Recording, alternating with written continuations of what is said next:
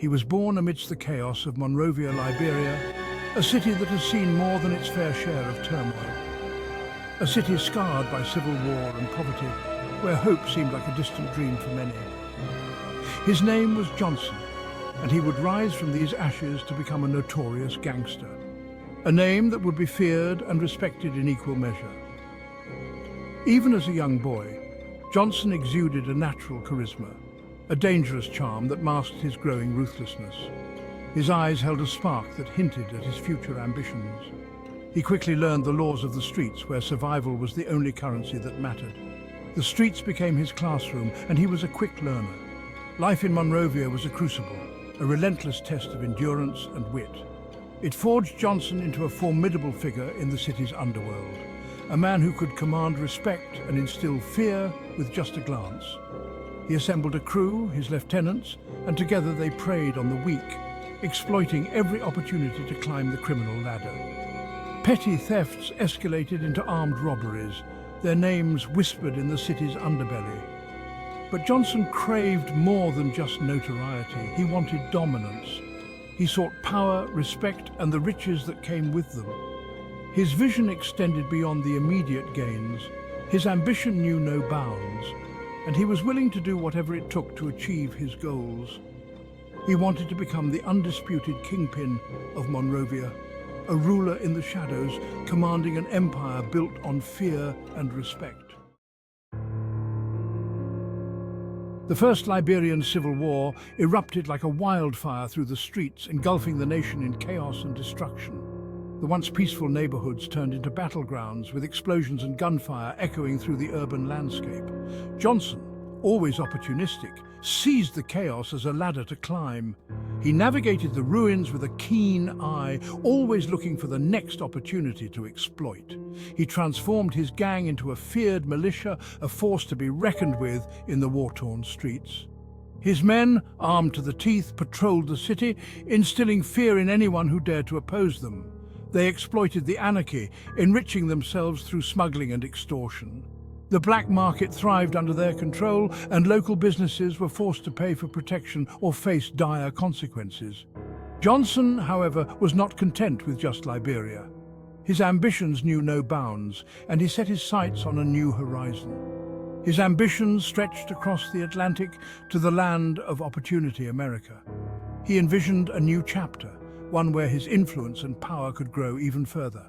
He entered the United States with dreams of expanding his criminal empire. The bustling cities and dark alleys of America presented new opportunities for his illicit activities. His time in America was short-lived. The law enforcement agencies were vigilant, and it wasn't long before they were on his trail.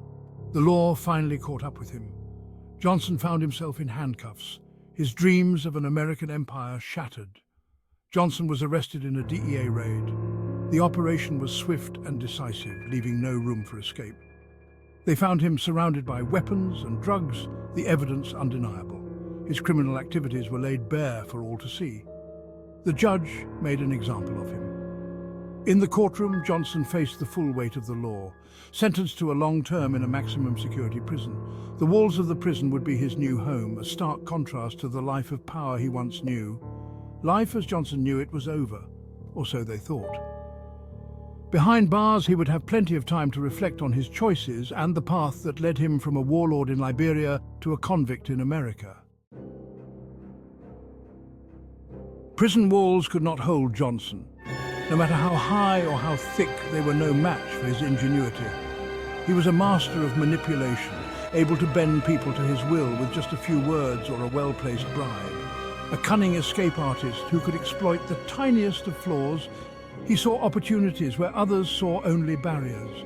His legend grew with each successful escape, each one more daring than the last. He slipped through the cracks of a system that underestimated his resolve and overestimated their own security measures.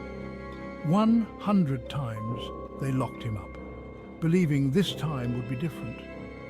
100 times he found his way out, proving them wrong each and every time. It became a game of cat and mouse, with Johnson always staying just out of reach. Johnson always seemed to be one step ahead, anticipating their moves before they even made them. Prison guards scratched their heads in disbelief. He became a phantom, an enigma they couldn't solve. A whisper among inmates who shared tales of his exploits, his name was spoken with a mix of awe and fear. The press had a field day, sensationalizing each escape and turning him into a folk hero. They dubbed him the Liberian Houdini, a name that stuck and added to his mystique. Each escape was more audacious than the last, a testament to his growing confidence and skill, a testament to his unwavering spirit and relentless determination to be free. His name became synonymous with daring and cunning, a legend in his own time. Johnson's reputation preceded him. He was transferred to Pelican Bay State Prison, California's most notorious correctional facility, a place designed to break even the most hardened criminals. Pelican Bay was a concrete jungle. It housed the worst of the worst, a volatile mix of gang leaders and violent offenders. The prison was designed for sensory deprivation. Small, windowless cells, limited human contact. It was a place where hope withered and died. But Johnson refused to be broken. His spirit remained unbroken. He knew that escaping from Pelican Bay would be his greatest feat yet.